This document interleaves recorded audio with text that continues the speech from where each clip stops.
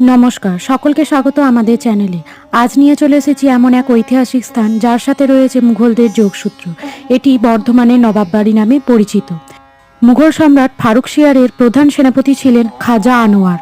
এক যুদ্ধে তার মৃত্যুর পর ফারুকশিয়ার তার স্মৃতির উদ্দেশ্যে একটি সৌধ তৈরি করেন, যা এই নবাববাড়ির ভিতরেই রয়েছে। অষ্টাদশ শতাব্দীতে ইন্দো সিরীয় পদ্ধতিতে তৈরি এই স্মৃতিসৌধ। এই স্থাপত্যের চারপাশে চারটি বড় বড় মিনার রয়েছে। সৌধের দুপাশে জোড়া বাংলা রীতিতে কাজ রয়েছে।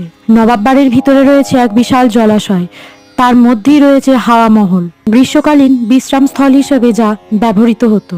পরিচর্যার অভাবে জলাশয়টি আজ জঙ্গলাকীর্ণ। ইতিহাস বিজড়িত এই স্থান আজ ভগ্নপ্রায়। বর্ধমান স্টেশন থেকে টোটো করেই কিছুক্ষণের দূরত্বে ঘুরে আসতে পারেন এই স্থানে।